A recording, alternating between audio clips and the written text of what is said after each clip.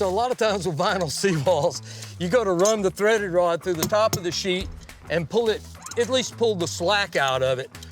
With a wrench about this long, I can pull pretty close to 10 kips, certainly enough to bend a vinyl sheet.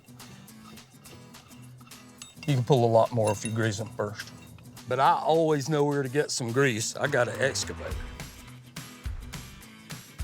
A little bit of grease makes a big difference.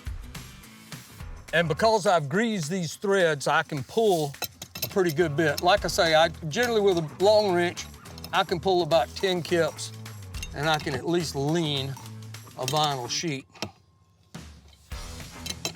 And it's enough to get the slop out of the anchor.